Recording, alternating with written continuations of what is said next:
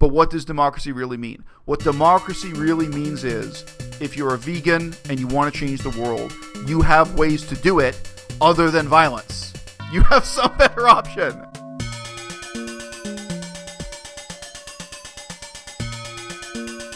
I don't even feel like veganism has to rely on animal rights. You know, I think it has to rely on asking yourself, what's the meaning of life? What's a meaningful life for me now? Whether that's in terms of ecology or what have you. I remember many years ago just sitting at a table with a guy. It was an all-you-can-eat buffet, and so, you know, everything I had was vegan, and he had all these bones of dead animals on his plate. You know, just sit there at the table across it. To me, I know it sounds stupid. To me, that alone, you know, is enough of a reason to be vegan. I look at the waste of that, just the ugliness of that, and the decadence and the self-indulgence. For me, I can't imagine living a life with bones on plate. Even if you don't love animals, you don't respect animals, you don't believe in animal rights. To me, veganism is a really natural consequence of caring about living a meaningful life.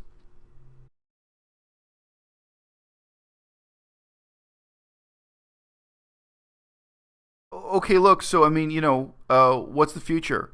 You're going to get a diploma in human rights?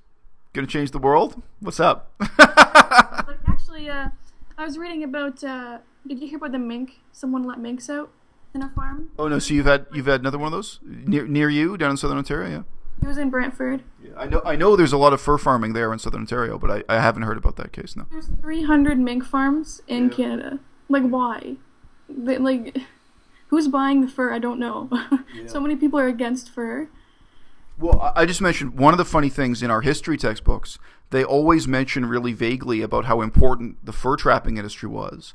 And then they just vaguely say, and then it stopped being important. You know, like then the economy just disappeared, which is true. But it's true because of fur farming. That's why First Nations don't trap fur anymore. They can't get any money out of it. Trapping fur in the wild isn't profitable because you have 300 mink farms or whatever, and you know, so those animals now live their whole lives in a cage to be killed and die for fur. But that was the historical transformation. But I think for you also in school, fur trapping, fur farming is always presented as this huge part of our national history. So our great pride is that we built this country on killing beavers. You know, so yeah. That's also a weird trip. The thing was, the people let 500 minks out. Yeah. My parents were talking about, like, oh, that's horrible, the minks are going to die. I'm like, the minks were going to die anyway. Yeah.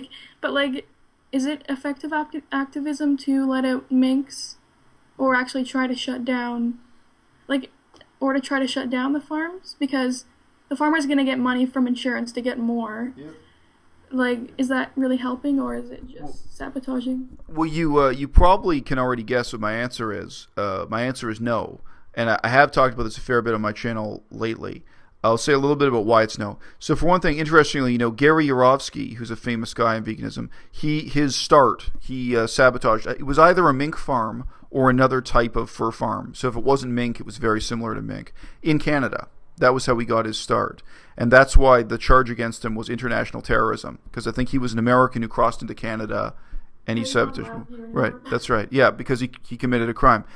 There's another example I know. This is a bit obscure, but the brother of an actress who was on Baywatch. That used to be a really famous TV show, Baywatch. So this is bizarre. I only know this. So this guy, his sister was a successful actress, and she's also vegan. So this guy, he decided to burn down a slaughterhouse that was supposedly a slaughterhouse just for horses. So a place where they slaughtered and killed horses.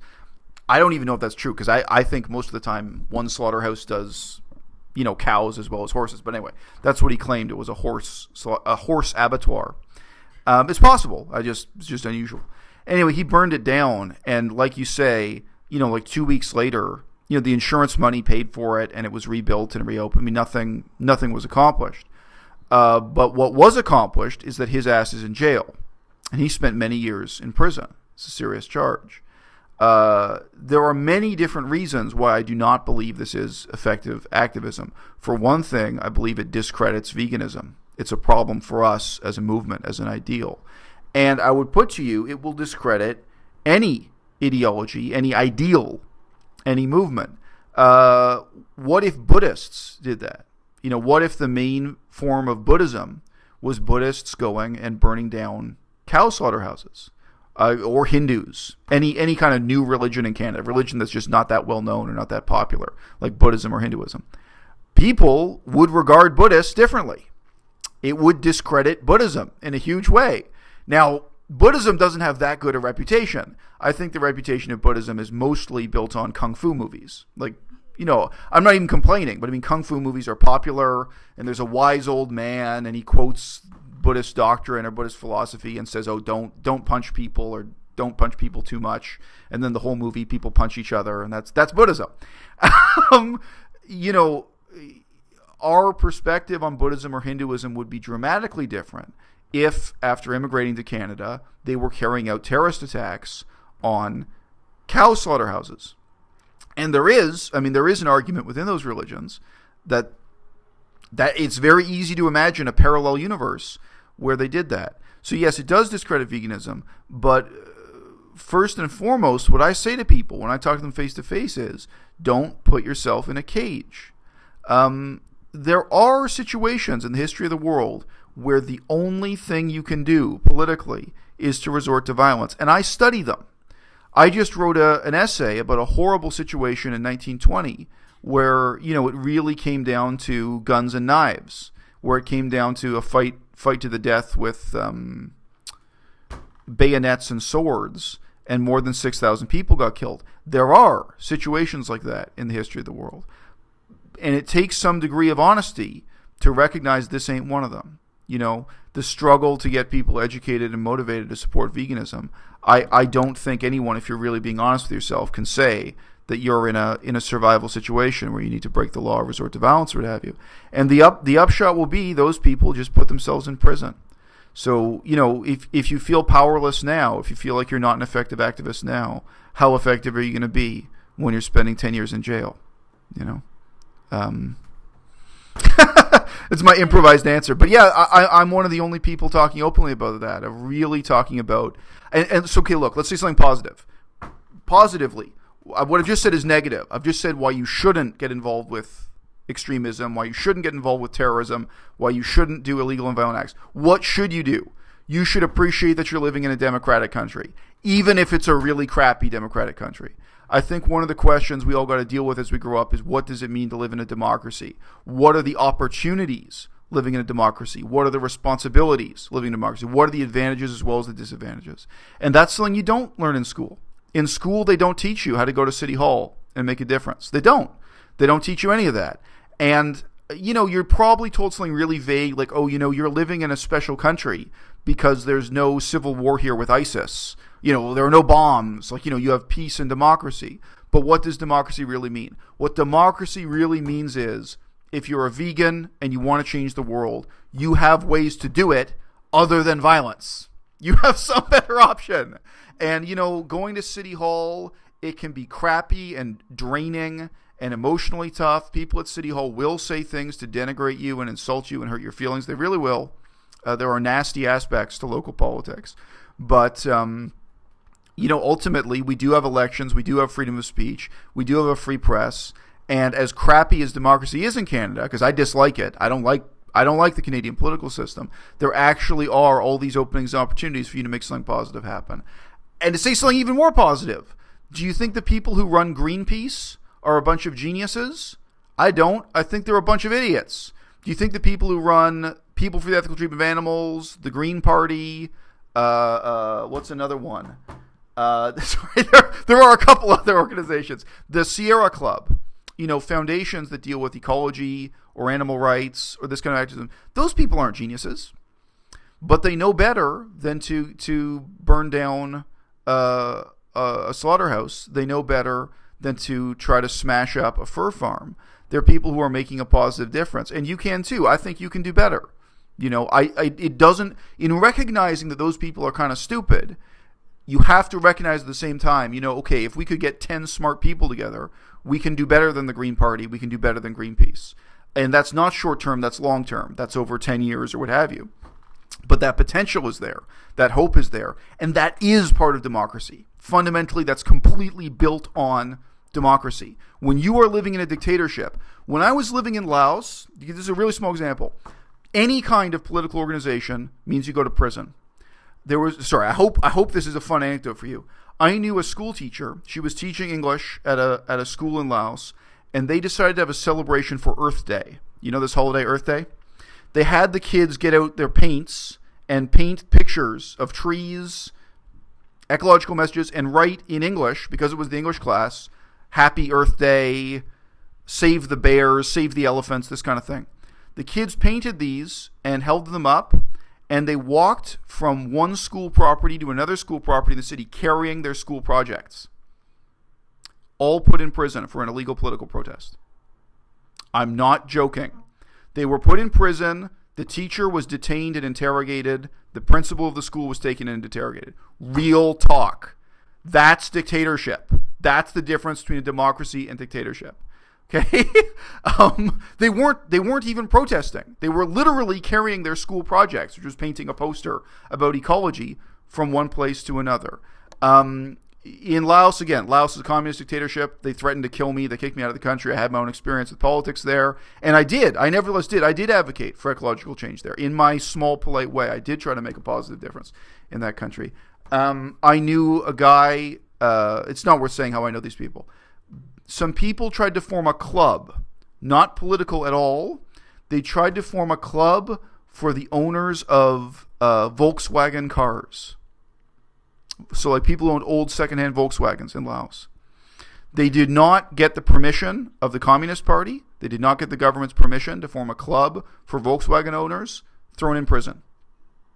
Thrown in prison for having an illegal political organization. Okay? So on a deep level, when I talk about like understanding democracy and what it means to you, what responsibilities, what opportunities, of course you can take it for granted because we're all raised to take it for granted. We're raised with a fundamentally kind of racist narrative of the superiority of the British Empire and of British culture, and that everything in Canada is just wonderful because of British culture. Meanwhile, don't look at First Nations, don't look at, that side of it, don't look at the actual colonial history. But this idea that just because we have a parliament, everything in our society is better. And it's almost the opposite. Because we have a parliament, there is an onus on you. There's an obligation on you to figure out for yourself how to make a positive difference in the world democratically. And for vegans, there's good and bad that comes with it.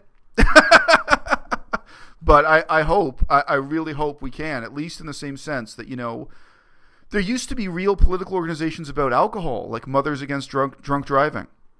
At one time, that was no joke. People getting politically organized to try to discourage alcoholism and drunk driving. Like back in the 1980s, that was still a big issue because the government didn't really care that much about drunk driving, and they had a whole series of legal changes related to drunk driving and alcohol. There were... Actually. Yeah, sure. They came to my high school every year and did a presentation. Right, so why doesn't that exist for veganism? Because we suck. No, like seriously, so that's a good example. Mothers Against Drunk Driving. And in the past, I was going to say there were also organizations like that about cigarettes, about trying to get the government to change its rules on cigarettes. I was just saying that I think for Mothers Against Drunk Driving, the reason why they're less impressive today is that they won. Like now the government is completely against drunk driving and all the legal changes they wanted got made. They won, so now they can shut up. And that's also something we don't think about as vegans. We haven't even thought through the possibility of winning. But in a democratic society, when you win, then the struggle is over. You don't have to have organizations that are against slavery forever. You don't have to have, like protests on the street about drunk driving forever. You can form an organization that achieves its goals in Parliament and does things like visiting school kids to give them lectures about drunk driving. Sure, Mothers Against Drunk Driving, they're a success story, but they also get to fade out. They become less important because they've succeeded. Yeah, maybe 200 years from now for vegan. They still have call centers in Southern Ontario? I thought that stuff, yeah. It's in Brantford. Yeah. A lot of that stuff's on the east coast of Canada. I did a ton of job applications in the last bunch of months. I think I never complained about that on YouTube. So it's cool. When you have stuff going on in your life you don't complain about on YouTube, that's also funny to reflect on. But I applied for jobs in Canada, in Europe, in Japan, and in China. And I did Skype interviews for a bunch of those jobs too. Yeah. I got an offer to go to Australia my cousin has two kids and she's a teacher and she's like, oh, you can be my au pair. I'm like, it's Australia, like it's so far away. Yeah. But also, what au pair? What you mean? Actually taking care of little kids in Australia? Yeah, it's like she said au pair. I think it's just a fancy word, but babysitter. Yeah. Right. Yeah. She's like, yeah, I'd pay you to do that, but they live in like the outback, so. Yeah, I mean, look, a lot of that stuff too. I see other people on YouTube giving really bad advice about those types of jobs, like teaching English and going abroad to, these kinds of really low-level jobs. It's definitely a situation where, reckless optimism can get you into trouble. Some people, a few people, will have really positive experiences with that kind of work, but both short-term and long-term, there are a lot of real disadvantages. If you take up au pair work, you are competing with, people from third world countries like the Philippines who do that work for less than minimum wage. That's what we do in Canada as well as in Australia, is employing, people from the Philippines, what have you, that kind of work. You're putting yourself in a position where you're both not paid well and not respected, and it doesn't look good on your resume or CV. And short-term and long-term, the implications are really tough. And for a lot of people, I think what they don't anticipate is just the level of disrespect you get, is how you're treated and how you're talked to. And I would say all those things. What I just said about being an au pair, I would also say about being an English teacher in Asia. A lot of people are not, prepared. Yeah. I was at a CrossFit gym like for 3 years. Yeah. And there's a guy that he had an English degree and some other degree, like teaching degree or something, and he went to somewhere in Asia and he did English and he loved it, and his wife did it too. They did it together, but I don't know if I'd want to do that. Yeah, well, also these things, a lot of them really are indirectly banking on your parents supporting your life. Like, they could only pay you so little to be in Australia, because in reality, your parents are still, like, I assume you still live with your parents? Yeah. Your parents are still paying for you to have a home in Canada, and your parents are paying for your airplane ticket. So, like, in reality, your parents are indirectly paying for you to have a job that's less than minimum wage. Your parents are providing subvention. Subvention is our fancy economic term for that. And that's also a huge problem. But so many of those things, those lines of work, like, those people, they, like, for an ESL teacher living in a kind of homeless state in Asia, if they don't still have their parents supporting them, then they have no mailing address back in Canada or whatever country they come from. They have no way to receive government benefits. They have no legal status anywhere. So anyway, the disadvantages, as I say, it's very strange for me to see, because just lately I just made a video talking about this a little bit yesterday, but selling the dream of independence, of freedom through these types of jobs in Asia, when really, from my perspective, it's the exact opposite. This is depriving you of your freedom. You're giving up your shot at freedom. It's hard too, because like, when you're young, you can't travel, but you need money to go do it. Yeah. So do you wait till you're older, or? Well, you're 18, right? Yeah. I mean, that's the other thing, is like, I mean, again, I have no idea what kind of people your parents are, but I mean, at 18, maybe you should be traveling with your parents. Like, I know people think that sounds humiliating or what have you, but most people at 18, I mean, again, whether it's your parents or if you had an older brother or something, or older sister, or whatever, but most people at 18 cannot really travel alone. And I think it's funny too, because people tend to think less critically when it's an exotic place. So like, you're 18, but it doesn't matter if someone's 17, 19, someone at about your age. I think if they told their parents they were going to Detroit, their parents would be really concerned and look at every step, like, oh, okay, well, what hotel are you going to stay at? Like, let's plan this out to make sure it's okay. Because Detroit is easy. You can go to Detroit. It's no big deal. Yeah. But people think about it really carefully. Of course, Detroit has crime and poverty. Something can go wrong in Detroit. But they tell their parents the same age they're going to Thailand. And people are like, oh, fine.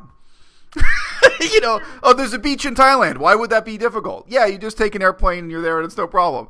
It's like, well, assuming you don't speak the Thai language, Thailand is pretty difficult. Any of these places, Thailand, China, what have you, it's a lot more difficult than Detroit.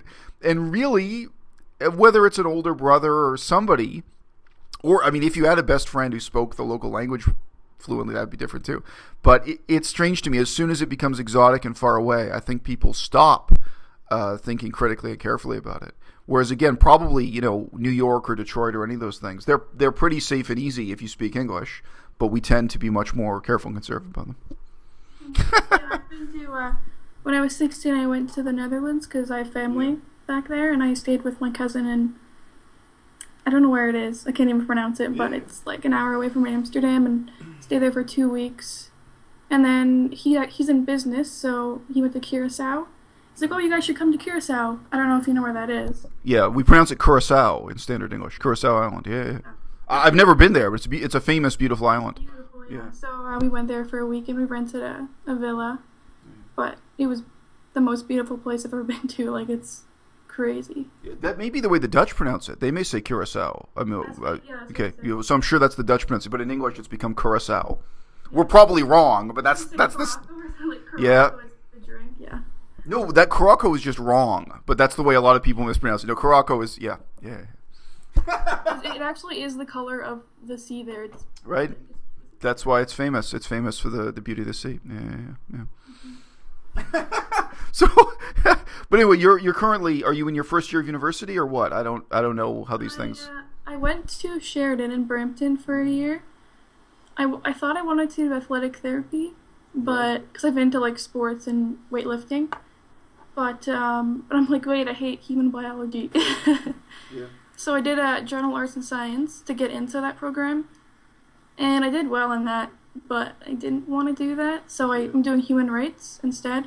Wow, there's a change.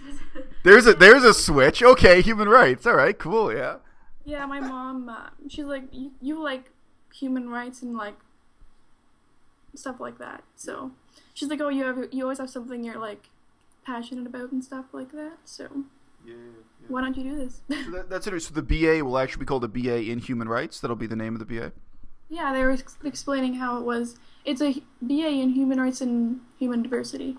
Cool. But I'm doing a minor in human resources, so it's like the third year you do human resources. What is this? So my first diploma is political science, which is from Canada. It's from University of Toronto. And in general, for all those degrees, the only way to get a job is to then get an MPP or an MPA, which is Masters of Public Policy or Master of Public Administration. So if you want money at any point in life, it doesn't have to be after you finish the degree, you could definitely take a human rights degree and then get an MPP or an MPA.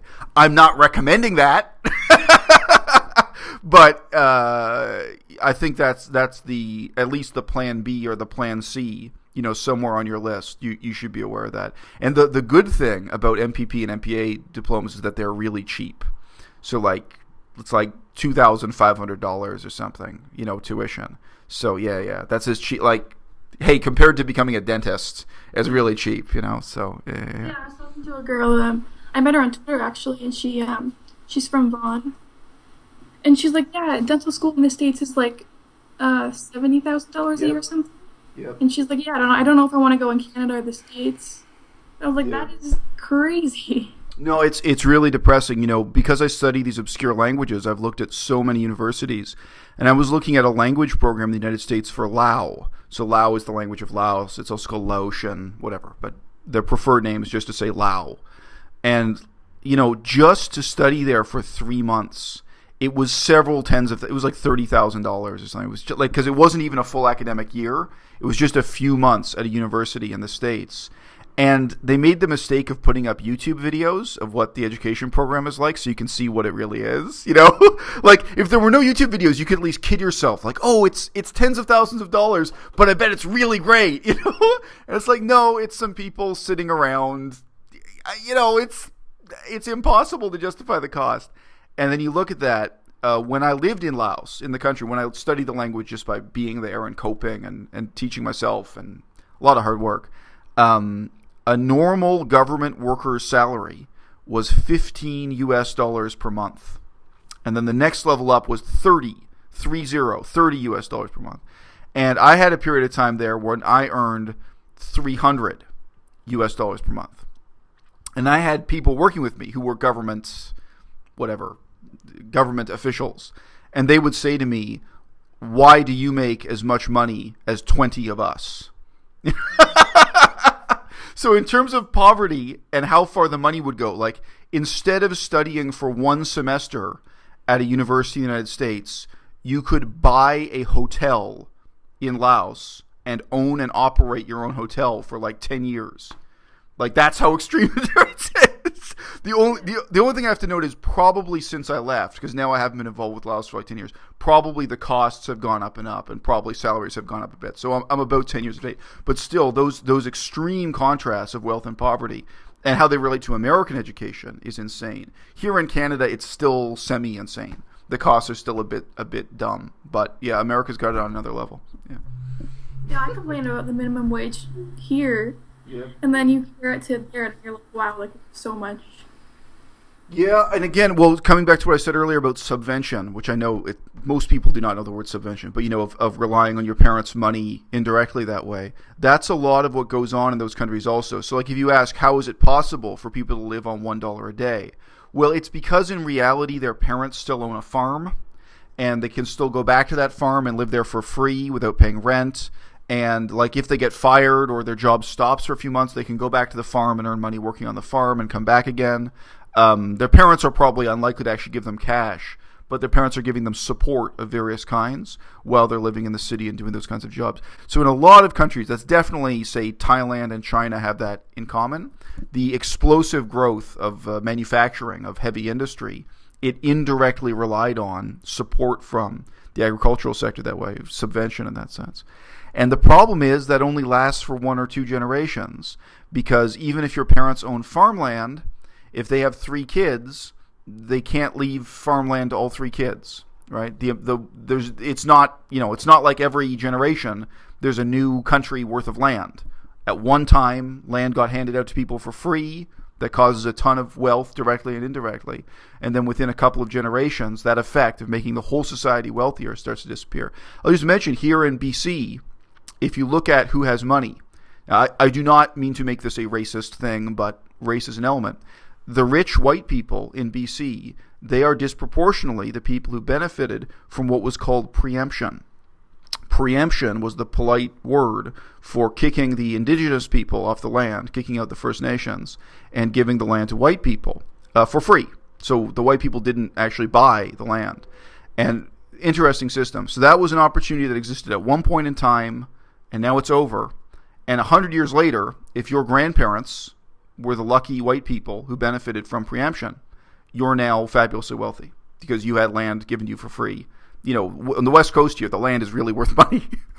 Some, Northwest Territories, not so much. But in BC, that history is quite short because colonialism here happened very late. And they went to this system of preemption actually because other systems of colonialism had already failed in Canada. Other systems of giving out land to white people. So I mentioned this to say this is a pattern you can see in the history of South Korea, in the history of Canada, in the history of a country like Thailand, in totally different histories, totally different countries, different cultures. At some point, the government gives out land for free to people, and it has massive knock-on effects. And today, in terms of our society, we don't use the word aristocrat, but in reality, the aristocrats here in British Columbia, the rich, they are the sons and daughters of the people who benefited from preemption. Preemption is another great example of a word where you could not possibly guess what it means by looking it up in the dictionary. Yeah, there's so many words you use. I'm like, I feel dumb. Yeah. I don't know what you're saying. Right. Yeah. Well, my grandparents came out here because of the preemption policy. Oh, yes. Preemption means genocide. Yeah, I actually live. I live near the Six Nations Reserve. Oh, yeah. Like, do you know where Norfolk County is? I looked it up on Google when you mentioned it to me, but I mean, like I didn't look into it in great depth. Do you know Port Dover? No, honestly, no. Okay, it's just like on Friday the 13th, like thousands of motorcycle people come to Port Dover. Yeah. But it's right near the Six Nations Reserve, and there's so much racism and hate, and it's just so sad. Yeah. Well, so in Saskatchewan, I was actually a student at First Nations University. I assume it's been mentioned on my YouTube channel every 5 minutes. So I went there to study Cree and Ojibwe and politics of First Nations and the ongoing struggles for language, but also their general struggles with the Canadian government. That was what I wanted to do for the rest of my life. it's really hard for outsiders to understand, because the other part of my life is Asia. So I talk to Asian people a lot. And it is really hard for them to understand that the primary form of racism in most of Canada is racism against First Nations. So like all the time I would be talking to Chinese people, and they would be like, oh no, like Canada is wonderful. Like nobody here is racist at all. And they would mean they're not racist against Chinese people. And like I know the things they're talking about, they value. Like Chinese immigrants who come here, they really appreciate that when they go to the bank, there's like a pamphlet in Chinese at the bank. And like the bank machine maybe has an option, like at the beginning you can press a button, English, French, Chinese, you know. And I would point out to them, when you go to that bank machine, there's no button for Cree. There's no button for Ojibwe. You know, it's like on a really deep level, Chinese people have a better status in Canada than the Cree do. Even though in Saskatchewan, like at least 10% of people are Cree. Percentages, I mean, you know, in Ontario, indigenous people are a very small percentage. I think they're the smallest in Quebec. I think they're about like they're down closer to 1% or 3% in Quebec, just because the vast majority of people in Quebec are you know white settlers or whatever you want to say. So yeah, it's funny. I've dealt with that as an insider, just as someone born and raised in Canada, and I deal with it as an outsider. But I mean, if you talk to like Pakistani immigrants, Chinese immigrants, like they're. I went to Sheridan College. Oh, yeah. But their perspective on like First Nations and race and racism, it's a bit scary. It's a bit worrying for the immediate future of our country. Yeah. Yeah, even my parents, they're like, "Oh, I'm not racist," Yeah. but then they're like, "Oh, why can't they just get over it? Like, just work hard and you'll, like, it's not like that." Yeah. Well, anyway, Six Nations is a unique example in history of Canada too. But anyway, whatever. We're not going to talk about Six Nations. You want to talk about veganism and activism a little bit, or you? Okay, cool. So what's that? Let's start with a really simple question. When did you become vegan, or when did you first get interested in these types of things? It was in January. Cool. Like not that long ago. I have a Twitter. It's like a kind of like fitness Twitter, I guess. I have some friends on there that I met, and one of them was vegan. She's vegan for like she has IBS and problems like that. And she kind of just showed me like bits and parts of veganism. I'm like, wow, like I'm a piece of shit for eating meat. Maybe I should stop. So like I cut it out bit by bit, and then in January I was like, I should be vegan. So it's been 3 months, and I've never felt better, and like emotionally and physically. Yeah. So what are you thinking of now? I mean, you're looking at veganism in terms of activism now, or what are the current questions you're asking? Yeah, I was gonna write down questions, but No. didn't know what to write down. But I was actually a part of the health unit.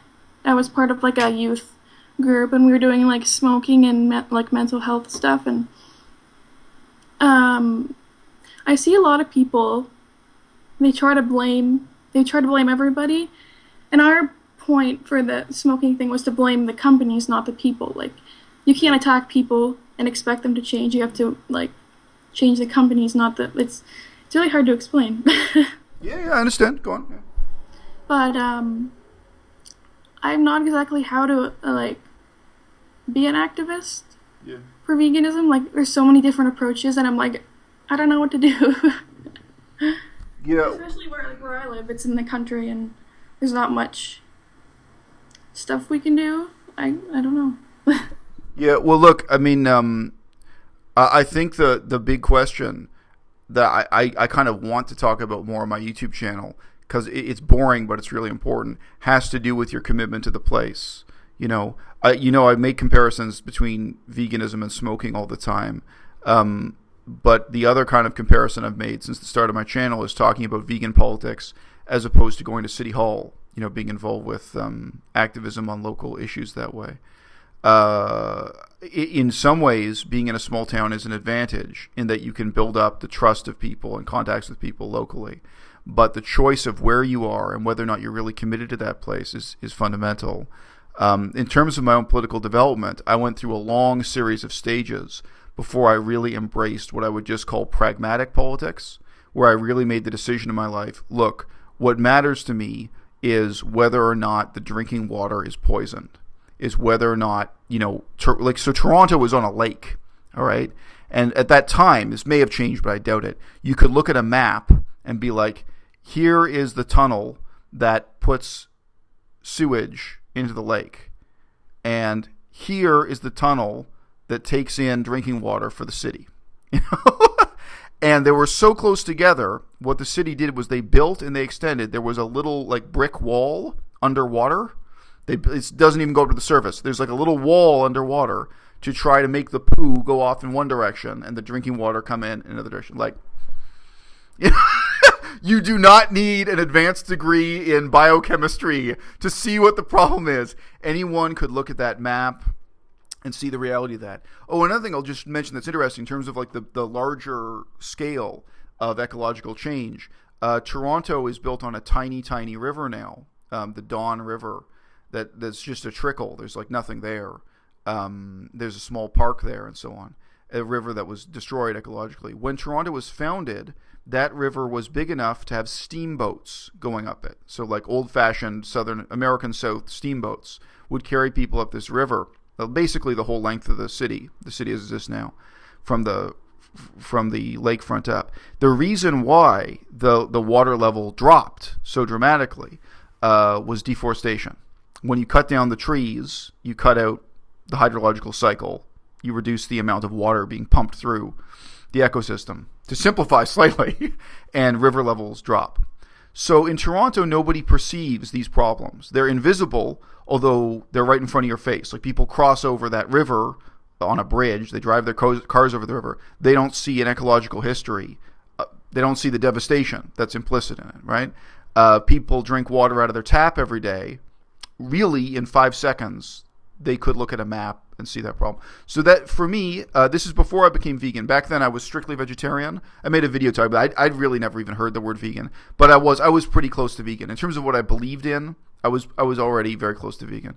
And I refused to wear leather and stuff like that. But, you know, for me, it was really a turning point in my life where it's like, okay, I want to deal with real politics. And I admit it's a completely subjective definition. Like, what is real? And then what is real politics? It's not objective, it's subjective.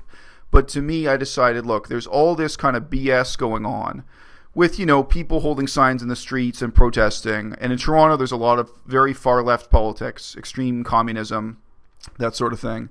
And people wanting to have opinions on issues they can't influence. So like an example, this is probably even true at your college, probably even at Sheridan College. There will be people protesting human rights in Israel, which is understandable. But if you live in Southern Ontario, you cannot make an impact on human rights in Israel. I really don't know anything about that. Like, I've never done any research. Okay. I don't. Yeah, no, but I just mentioned, so like on many university campuses, that is something that gets protested, like on campus, as if it's something your professors can change, you know. But these kinds of issues, like, you know, the water and the deforestation and pollution and city ordinances, city plans, city political changes, those were things I really could impact and influence. And to me, that seemed like something that was completely morally positive for me to do with my time, as opposed to what was going on, again, basically in left-wing politics in Canada. I didn't have any contact with right-wing politics. Like, right-wing politics also exists, but I mean, I'd never even met those people. It's just downtown Toronto, I didn't see it. Obviously, like, I think the majority of people in Toronto vote for the Conservative Party, so it exists. But I mean, you know, I just say this wasn't really part of my life. There was no temptation for me to join the Young Conservatives. Maybe things would have turned out better for me. I don't know. But look, I still haven't figured out like what you are. Yeah, well, I don't fit in Canada. There's no place for me here, and you know, I'm going back to China in a few weeks, so we'll see how that works out. But yeah, we'll come back to what I am if you want in a second. But look, this is me giving you the advice about you and activism in a small town in Southern Ontario. There is no way I could tell you that the town you're born in or the town your parents own a house in, sorry, you may be born elsewhere, it doesn't matter. But there's no reason why the town you're living in would be the right town for you. And in a lot of ways, Toronto is the wrong city for me. Like, in a lot of ways, it's the wrong place for me to make that commitment. But I think any kind of meaningful activism, it's very humbling to recognize it does require that type of commitment to say, I'm committed to this place at this time, like for whether it's 10 years, 20 years or what. And this also reflects why religious organizations have a huge advantage over like vegan organizations or just left-wing organizations. The fact that a church owns property, it owns a building. There's a church and a church basement, and people meet there and play the guitar. I'm not religious at all, as you may have guessed, but I'm just saying the churches have a huge advantage in that.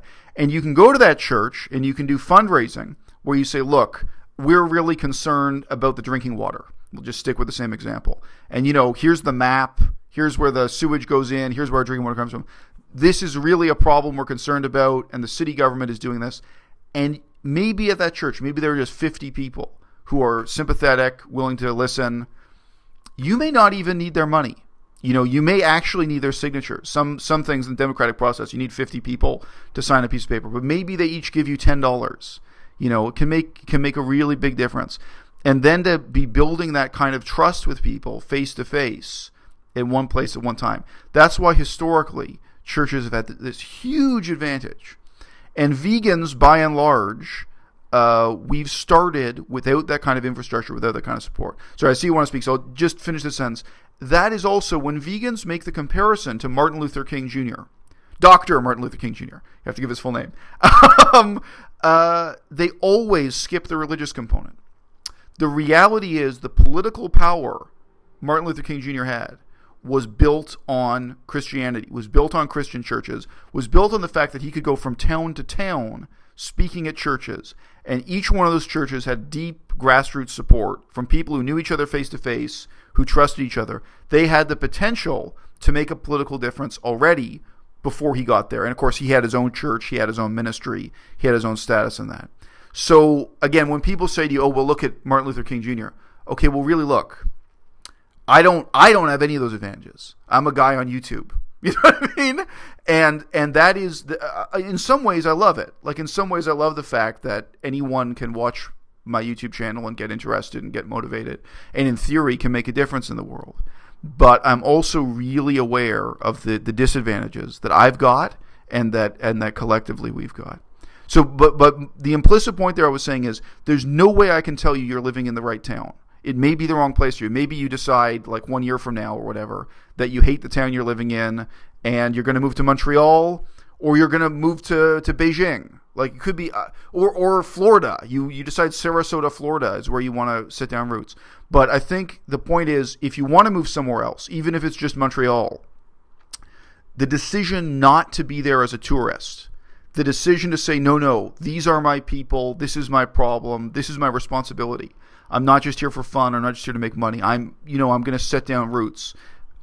That, even if it's completely invisible, that's a big change. That's a big difference. That's different from just being there, because all these people go to Thailand. I was talking to vegans who went to Thailand, and they were really being sincere with me. They didn't think there was any poverty. They didn't think there was any prostitution. They didn't think any of these social problems existed. They're seeing it. I can't explain it. They're seeing it just as tourists. But obviously, it's possible to go to Montreal or go to Toronto. Let's stay with Toronto. It's possible to go to Toronto and not see any problems. Definitely, you go to Toronto and you don't see where the drinking water comes from, right? And you don't see the deforestation and the destruction of that river. There can be very obvious problems. When I was there, Toronto actually was running out of drinking water.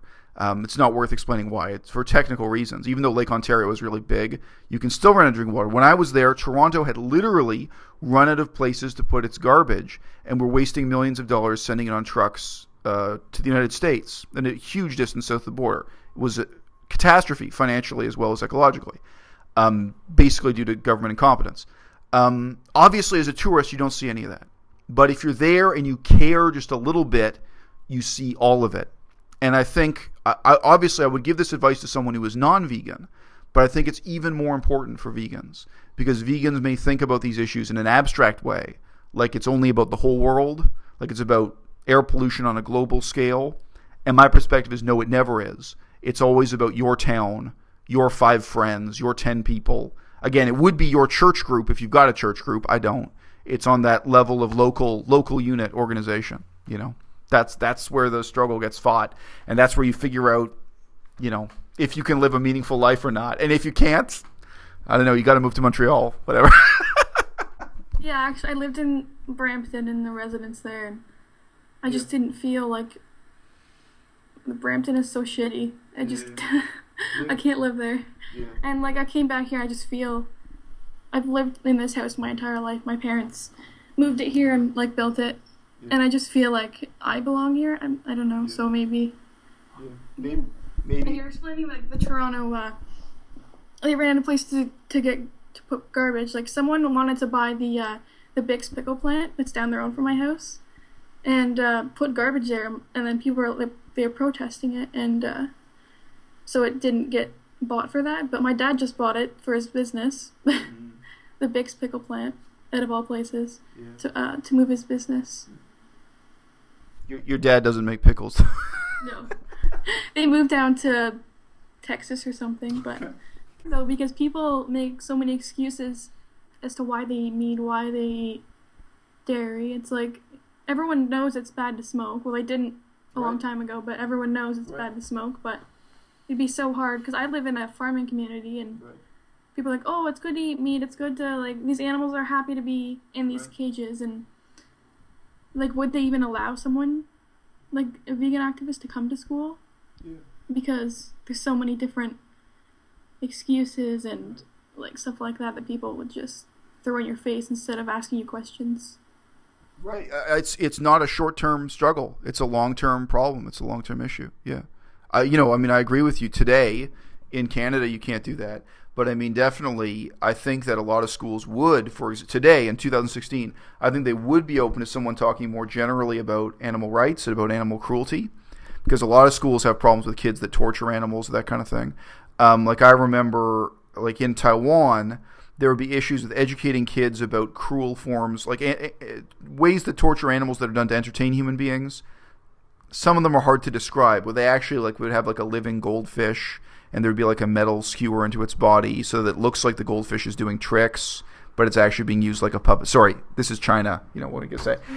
Yeah. But I mean, it was kind of educating children about the type of cruelty that's in circuses.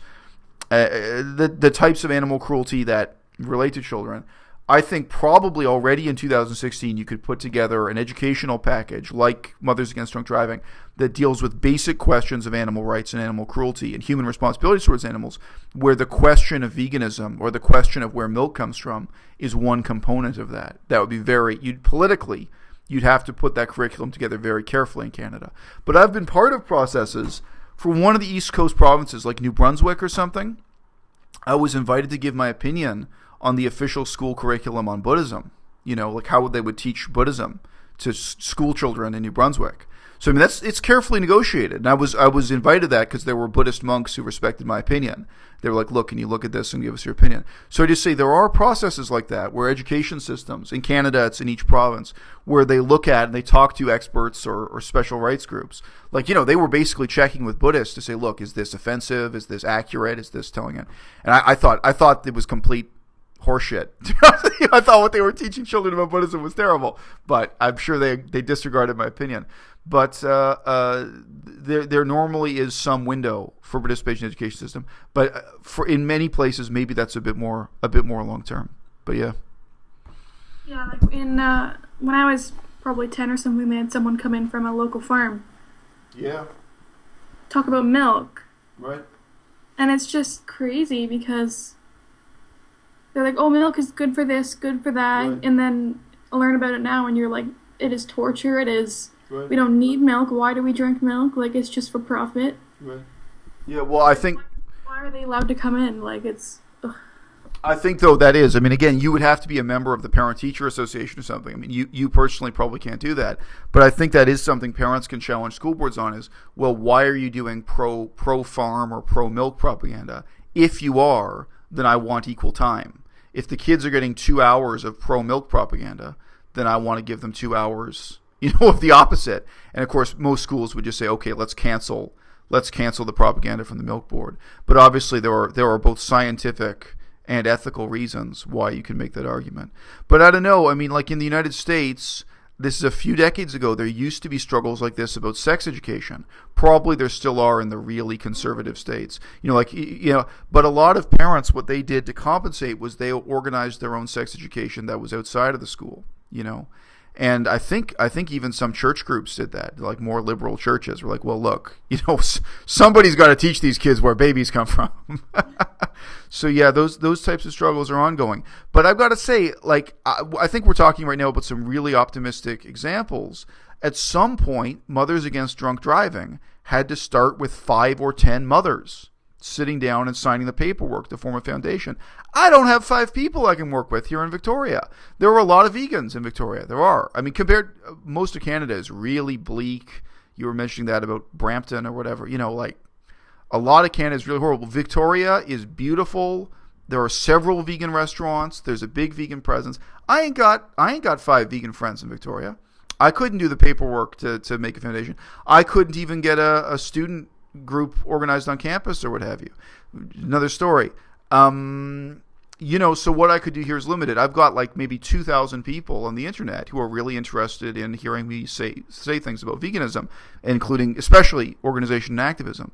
But some of them are in Germany, some in the United States. So again, the opportunity fundamentally rests on the 5 people you can trust, the 10 people you can trust, and being rooted in one local place. Which is again why I say the churches have such an advantage. Just having a building, having a basement and a building and a commitment to that neighborhood or whatever it is. And of course, there's also power in knowing people for years and years. Of being like, oh yeah, I know you. I was at your father's funeral. That's deep. And none of us got that. None of us, no offense, I'm happy if you do. But the vast majority of vegans were not united that way. Where she's like, oh yeah, I know him. I knew his grandfather. I was at that guy's funeral. I was at her wedding. We have some level of trust and cohesion. Yeah, it's kind of weird because the internet connects vegans. Like, I know a couple from the States and Canada, and I went to dinner. Have you been to Hogtown Vegan in Toronto? No, I think that didn't exist when I was in Toronto. I was in Toronto a long time ago. I left. You should go there. It's so good. I had it was like a buffalo chicken ranch wrap.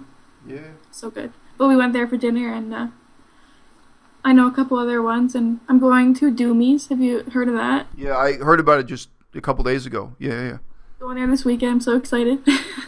But like, that's where vegans unite, is restaurants, basically. Yeah. Yeah, but I think that's also the struggle. Like when I was talking to Cheetah about it, I think there's also a sense of disappointment for many people because you go to those restaurants and you leave with the same number of friends you came with. That's also part of Canadian culture. Like it's really hard in Canada to go to a restaurant and make connections that will actually be, political or otherwise real relationships. Like he was talking about like, the hipster people. Yeah. Like I went to one in St. Catharines last week, and it was just all like hipster people. Like I'm not like that. I don't look like that or act like that. So it's kind of weird going in there too. You're like, I don't belong. Like it feels weird.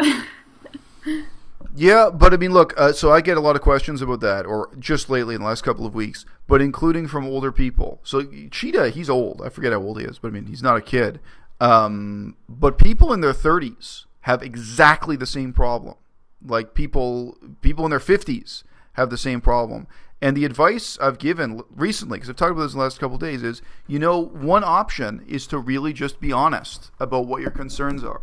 So, like, I think one of the biggest barriers is drug culture. But I say, like, look, you really have the option of saying to somebody, I'm vegan, and I'm really excited to meet you because you're vegan. But on the other hand, I feel like I can't trust you because you've told me you're heavily into marijuana, hashish, ayahuasca, cocaine, whatever.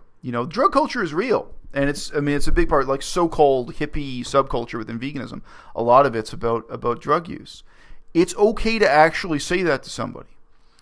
And, what happens after that in the conversation, the relationship is another story. Maybe they say back to you, well, go to hell, if you're not cool with, heavy mind-altering drug use, don't even talk to me. Maybe they say that. Okay, it's that simple. But I think you might be surprised at the range of answers you can get. Another hard limit, as I've mentioned religion so many times, all the time I meet people who have religious differences from me. And whatever, I meet them and say, well, look, I like you, I want to know you because you're vegan or because you're serious about ecology.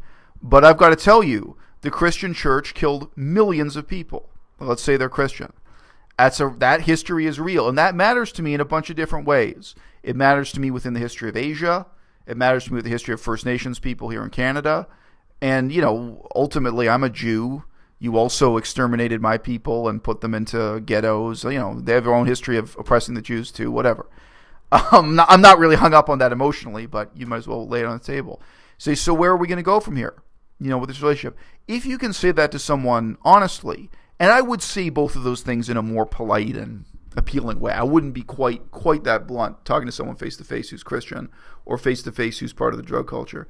Honesty is an option.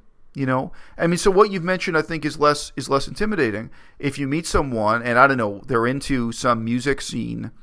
I know you just said hipster. I don't know. Let's say they're heavily into punk rock, just for the example. Back in 2000 in Toronto, there was a big anarchist punk rock scene. I guess it was getting smaller every year at that time, but it used to be big in the 90s or whatever.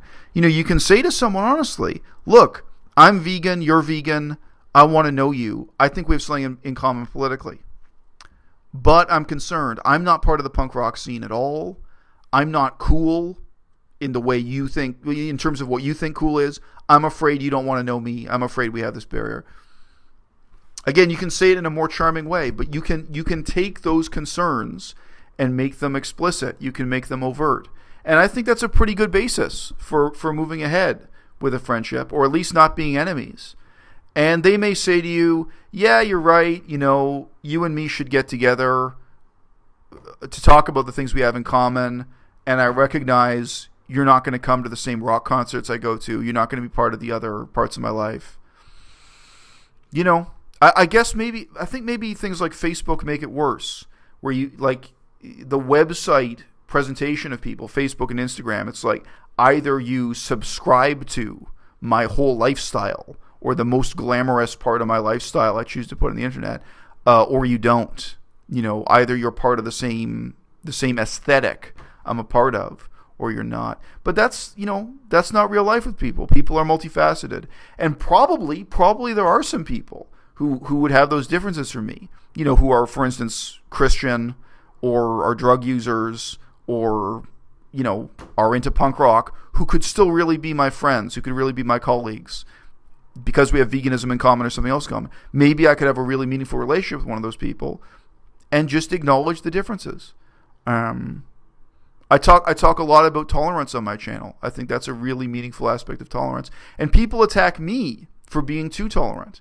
I had, Henya on my channel. I had Jason on my channel. I talked to both of them.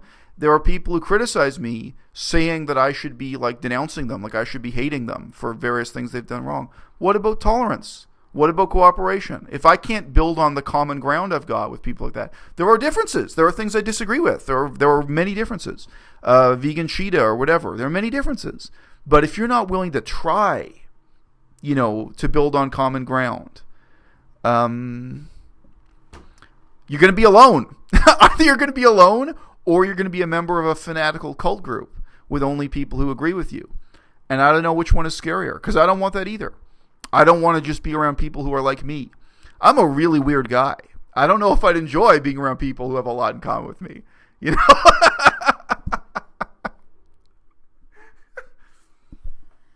Yeah, you said the cult thing, and my brother always makes the joke. He's like, "Oh, you're still part of that cult or something?" I'm like, "It's not a cult. Maybe some parts of it, the freely, whatever that is." Yeah. It seems kind of cultish though. She's the leader and everyone's her followers. Ugh, I just hate that. Yeah. Well, look, we're coming up on 1 hour, but I mean, the good news and the bad news about that is that everyone on the internet feels that way. I know, even within Canada, I know some vegan leaders who think they're incredibly powerful and famous because they can make a post on Tumblr and get 100 thumbs up, or 100 clicks, showing approval. And I completely understand that. From a human perspective, for you, if you're sitting at your desk and you can get 100 people to agree with you on Twitter, on your blog, on whatever medium, for many, many people, that's an ego trip. That's a power trip. They feel like freely. And other people regard them like freely, and they may regard freely like that. But at some point in your life, it's really a crucial step in maturity to recognize you ain't shit. And everyone else in the system feels the same way. Bill Clinton ain't shit. And even when people are in positions of power like Bill Clinton, they feel powerless because they rely on so many other people. Now, in reality, Bill Clinton has real power. In reality, the boss of a corporation feels real power. But one of the things you realize, again, this is I think many people are 40 years old before they realize this. When you're the boss, that's when you're working for everyone else. The minute you're the boss, you're trying to make everyone else happy. Like you're the owner of the restaurant. Now you're trying to make every customer happy, every employee happy. You seem to be taking orders from everyone else, even though you're in charge, So, I mean, I don't even know. I can't even call that humility. It's just recognizing where you are as one individual person. And the internet, in a lot of ways, it magnifies some of the worst parts of human nature. The only thing I can say that's good about it is that nobody's getting killed, or very, very few people are getting killed compared to old-fashioned politics. Compared to what politics was like in Canada in the 1930s, even in the 1970s, it's good that people have an outlet where they can state their feelings and emotions without actually causing harm. But the bad things are people are more isolated than ever before. People are more deluded than ever before. People live in an echo chamber or a cult group or like a intellectual ghetto where only other people who agree with them come to their website or come to their Facebook page. So they get deeper and deeper into a cult-like mentality. People who follow Freely think everyone loves Freely, think Freely's the most important person in the world. She ain't shit. I don't care if she's got 1 million followers. You still ain't shit. As I say, Bill Clinton still ain't shit.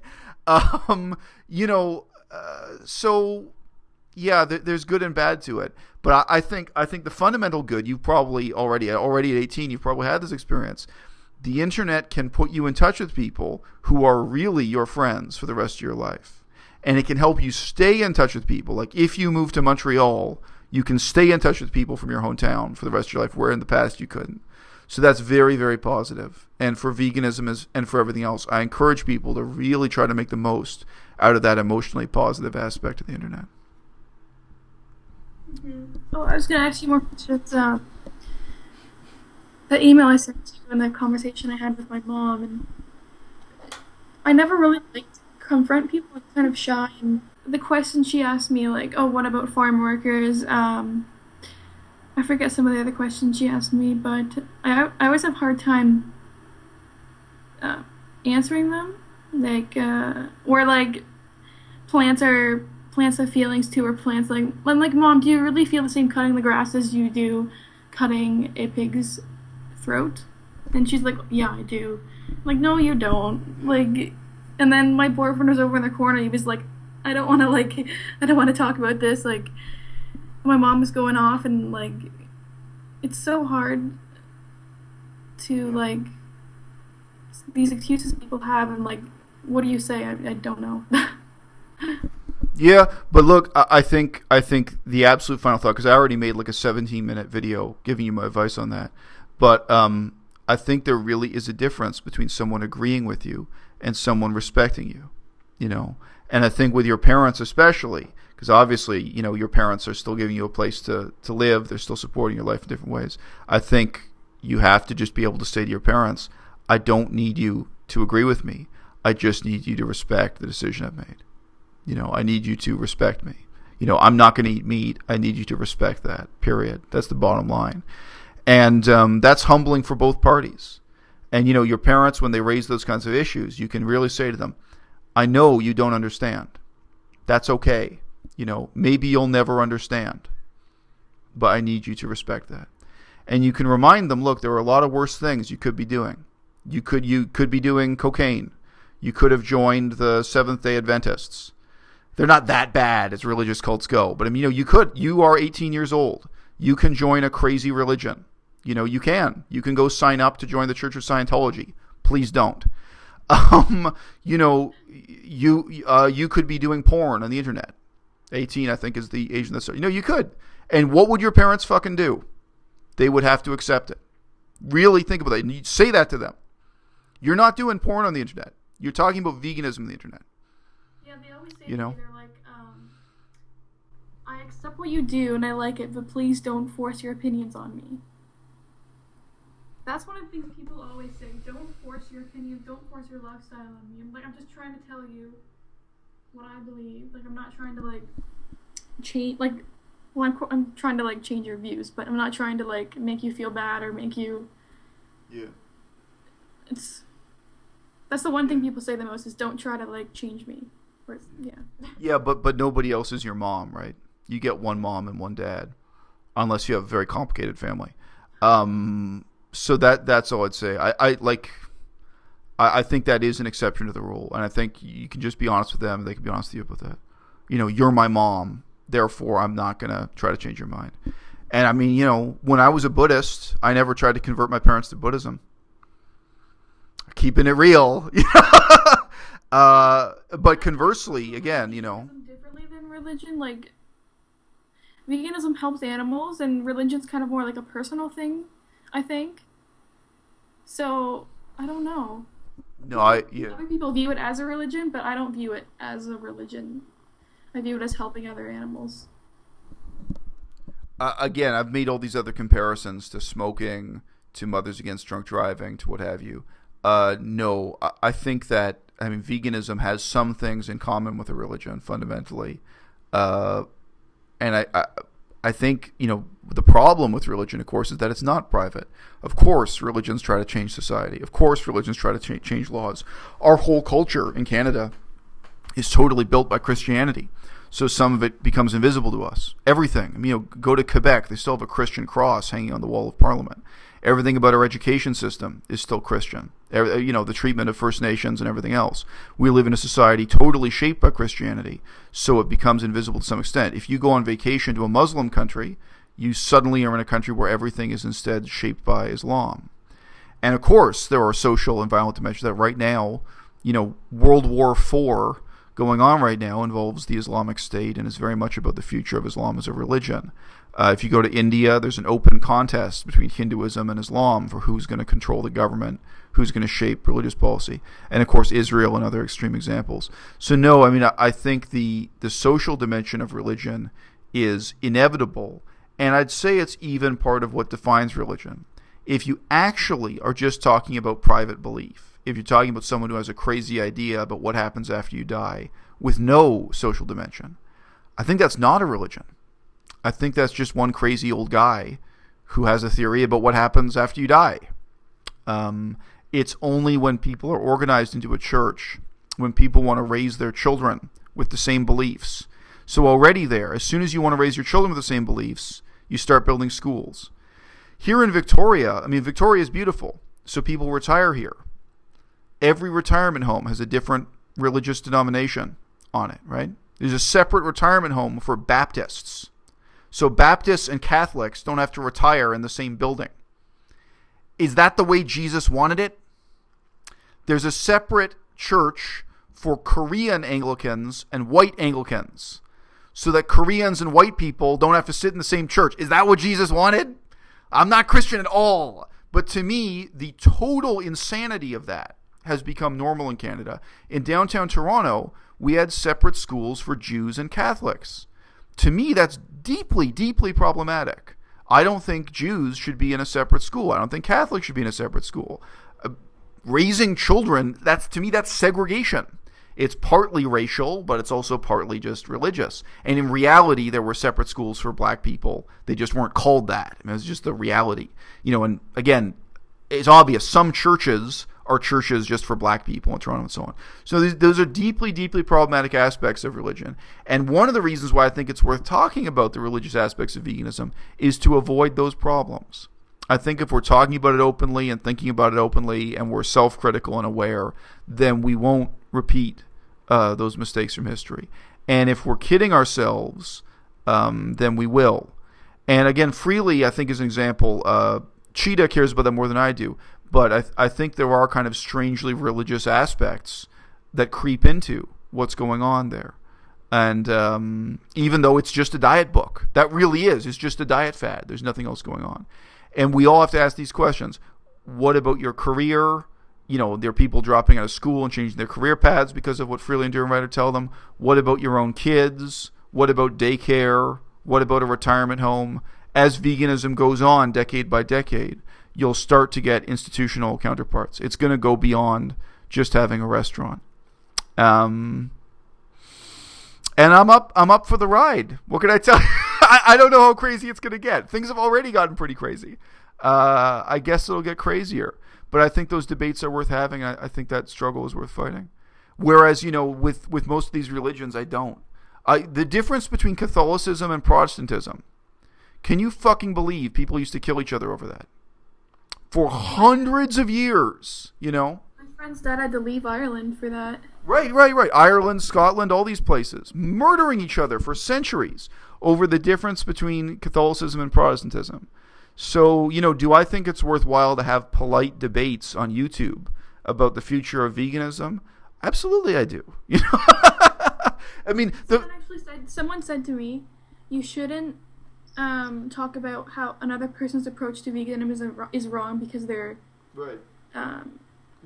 spreading veganism. I'm like, I think it's okay to talk about how someone's approach to veganism is bad or is not good. Like, I don't... So look, this is not complicated. You're 100% right. The other person's 100% wrong. I mean, what you've just said, that's 100% right. Of course you have to criticize other people's approaches to veganism.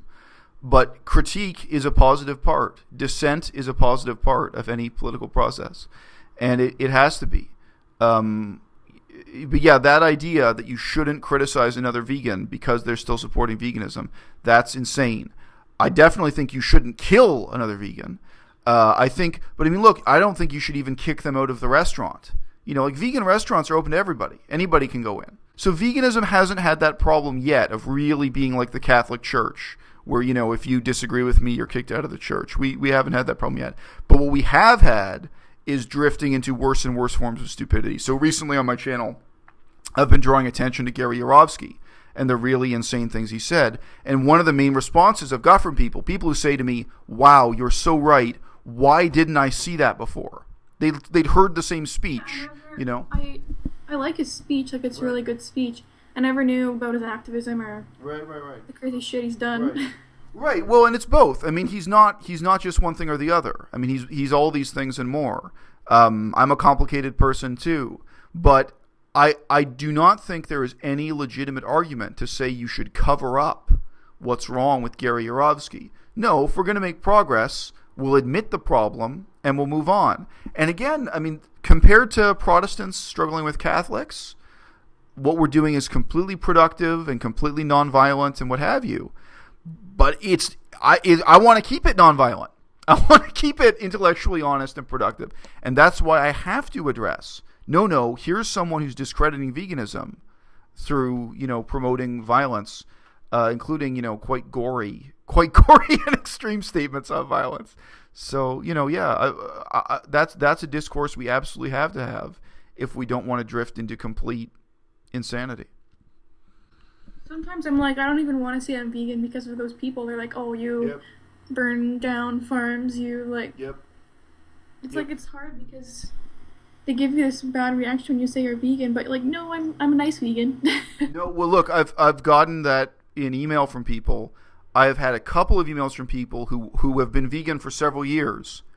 At the beginning, they called themselves vegan, then they stopped, and then they wrote to me and said, after watching my YouTube channel, they started calling themselves vegan again because they felt so ashamed of the insane bullshit about veganism, basically that's on the internet, because it's not on the news, it's not on TV, it's not in the newspaper. So they felt that people like Freely and Gary Yourofsky had so totally discredited veganism that they stopped using the word. You know, that's sad. And like we had here in Victoria, we had a political party who were called like the Animal Activist Party. They picked a really long name. It's longer than that. And the newspapers would refer to them as the Vegan Party because it's a better name. But they themselves, they were these people who were animal rights people who stopped using the word vegan, who didn't want to use the word vegan because they felt it was discredited. And I've met some of those people face to face who say, no, they don't call themselves vegan anymore, even though they're vegan. So yeah, there are consequences. And I don't think it's going to have an impact on you. It's just because of your youth and because you're female. It's different for men and women. I think you are going to have to find your own voice for how you say in a self-confident way, yes, I'm vegan, period. And I'm not apologizing for it, and I'm not ashamed of it, and I'm not crazy. And if you think I'm crazy, well, look at my eyes and tell me I'm crazy. If you think I'm starving to death, look at my eyes and tell me I'm starving to death. There is a way to be relaxed and self-confident and to present yourself as vegan. And, it's not surprising to me at all that would be hard for you at age 18 as a female.